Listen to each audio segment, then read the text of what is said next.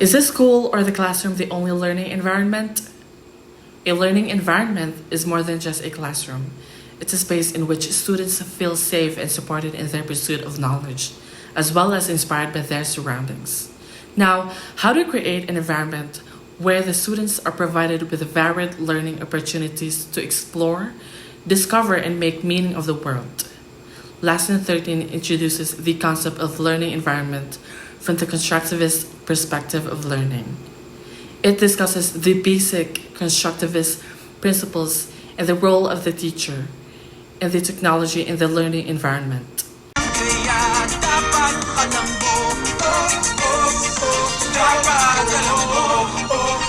In this lesson, we begin by understanding the concept of learning environment. When do we say that an environment is a learning environment?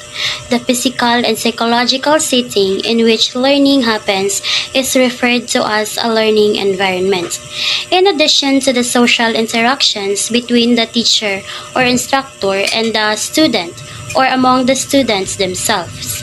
It also includes the physical components of the classroom, including the furniture, supplies, technology, and other resources. Learning environment refers to the diverse physical locations, contexts, and cultures in which students learn.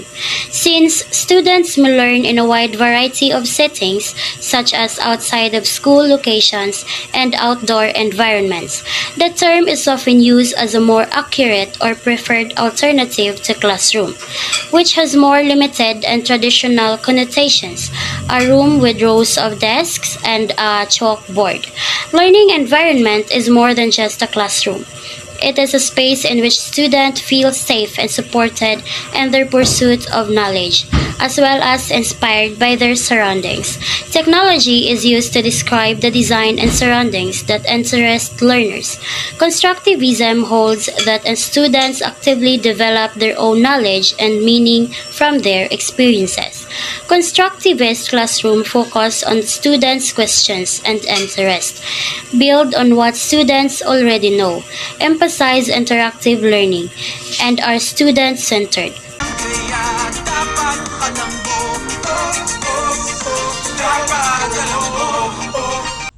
Thank you, Lasmarias, since she already discussed about the constructivist, or the tools or materials that they might use, and the support system between the teacher and the students, the use of scientific knowledge for an application, and how to encourage children to an active part in learning by using ideas, interests that had been stated. And now I am going to tackle some accordingly of perspectives, like what Bates said in 2015, further added that it is also possible that a concept of learning the environment may be drawn from different perspectives, but he opted to choose teacher's perspective because, after all, it is the teachers who takes the main responsibility in creating an appropriate learning environment. And in effect, the choice and the importance of components in designing a learning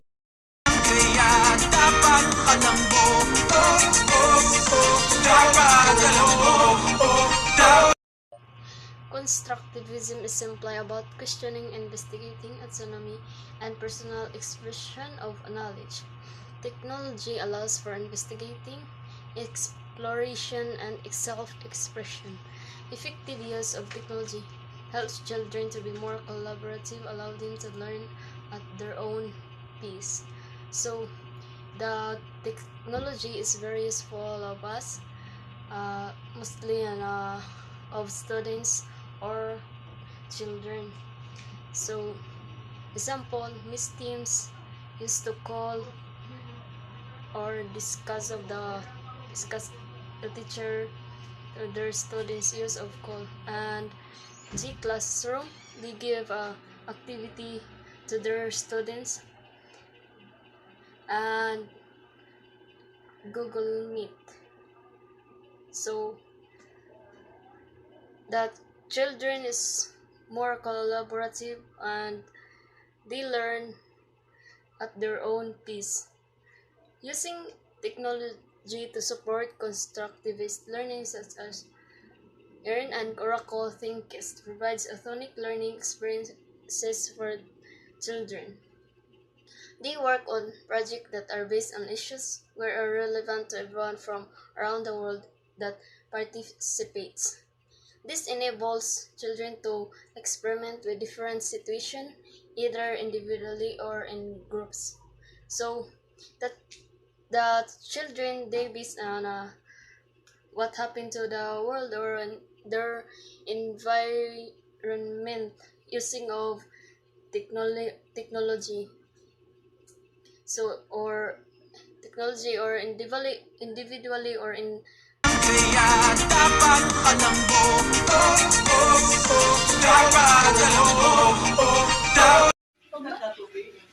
Learning is an active process. Learning involves sensory input to construct meaning. The learner needs to do something in order to learn. It's not a passive activity. Learners need to engage in the world so they are actively involved in their own learning and development. You can't just sit and expect to be told things and learn. You need to engage in discussion, reading, activities, and etc. People learn to learn as they learn. Learning involves constructing meaning and systems of meaning. For example, if a student is learning the chronology of dates for a series of historical events, at the same time they are learning the meaning of chronology. If a student is writing a paper about history, they are also learning principles of grammar and writing as well. Each thing we learn gives us a better understanding of other things in the future. Knowledge is constructed. This is the basic principle, meaning that knowledge is built upon other knowledge. Students take pieces and put them together in their own unique way, building something different than what another student will build. The student's previous knowledge, experience, beliefs, and insights are all important foundations for their continued learning.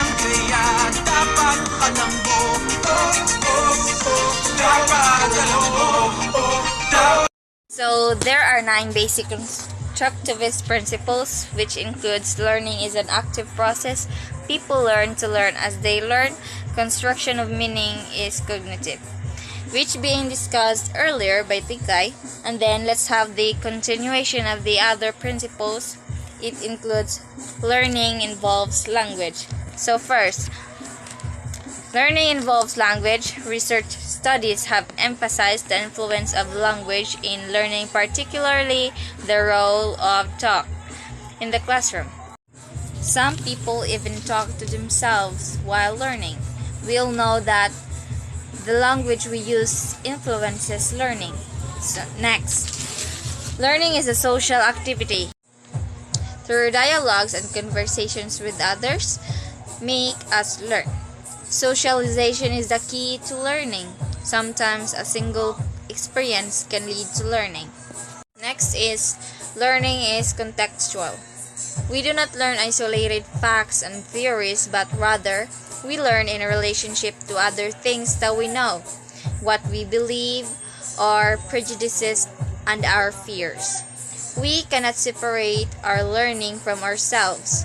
It is a learning system that ties brain actions to creating patterns that have meaning. Thank you.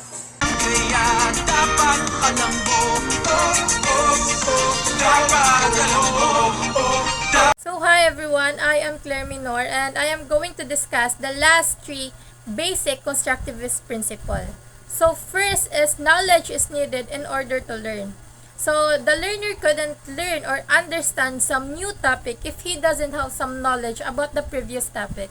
So whatever we teach, we should relate and connect it to the previous topic and base it to the previous knowledge of the learners.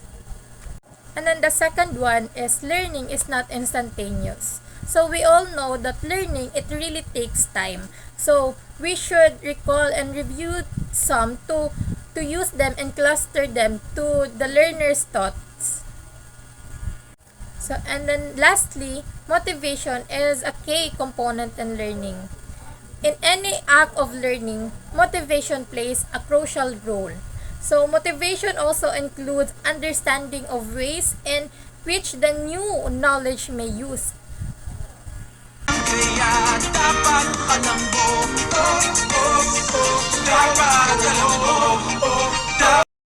Everyone, my name is Franzine Leysis. We're here today to tackle about traditional classroom versus constructivist classroom. So, first, let's go to traditional classrooms. Traditional classrooms refers to curriculum begins with parts of the whole and then emphasizes the skills of every student.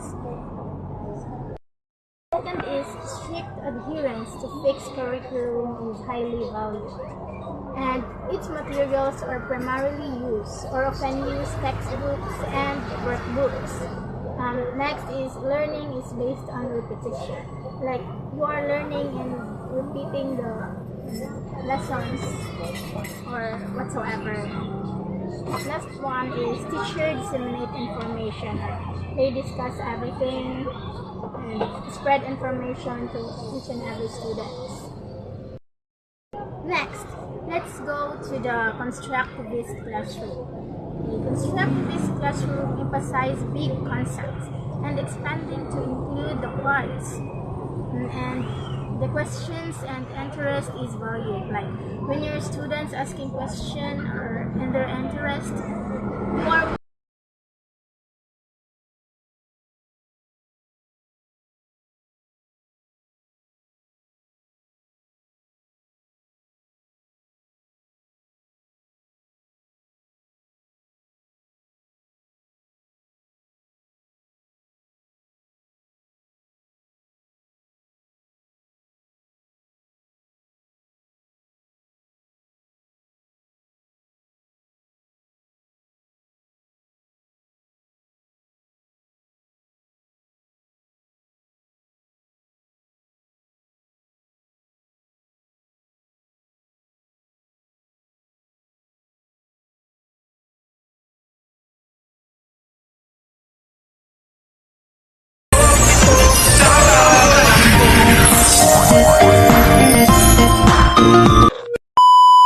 I am Joanne A. Vigo, your newscaster for today's ganap, at ito ang Dapat Alam Mo.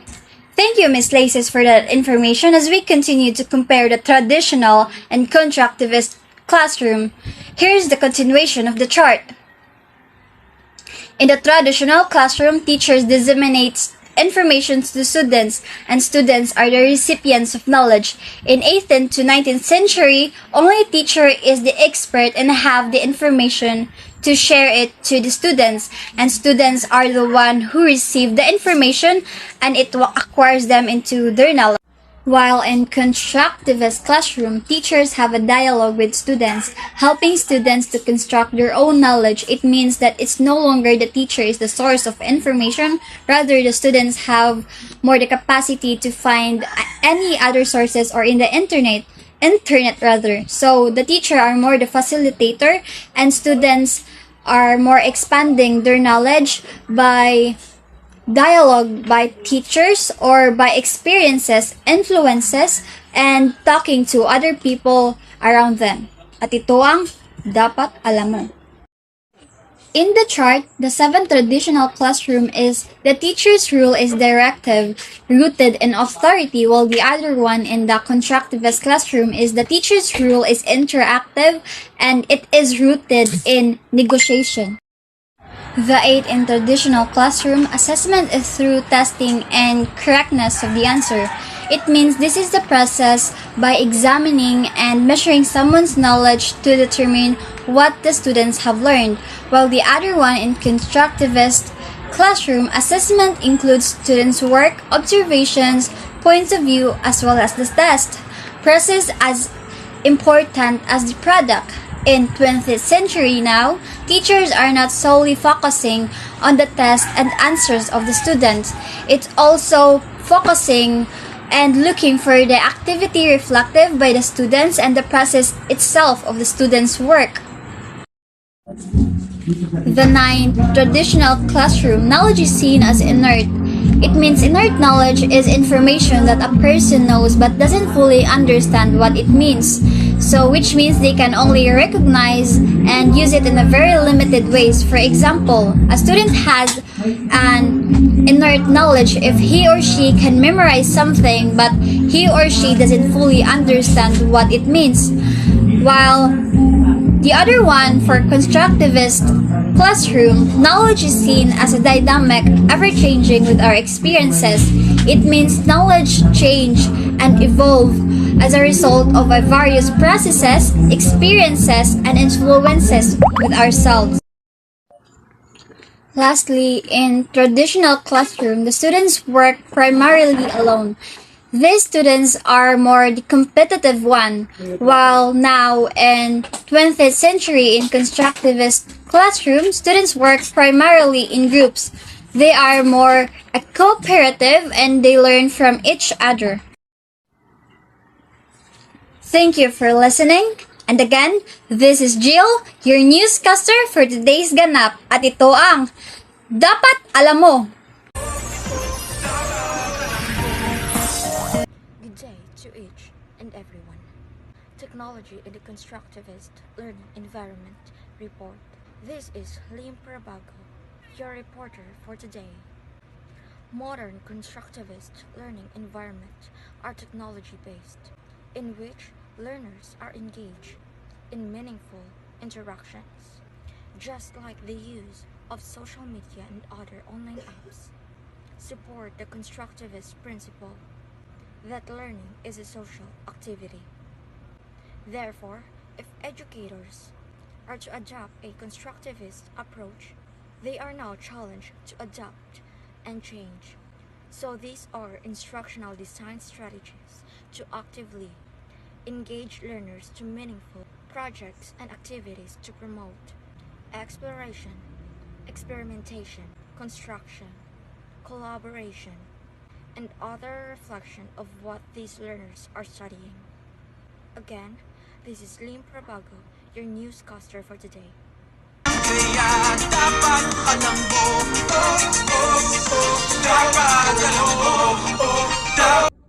The skills and quality of instructional technologies are distinctive can be captivating.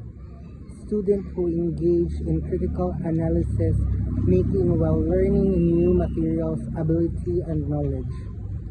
The usage of online learning resources can be encouraged. Students can engage through learning communities through collaboration learning and both technologies promotion corporation by limiting the kinds of contributions that students can make, encouraging connection between those connection and directing requests from students.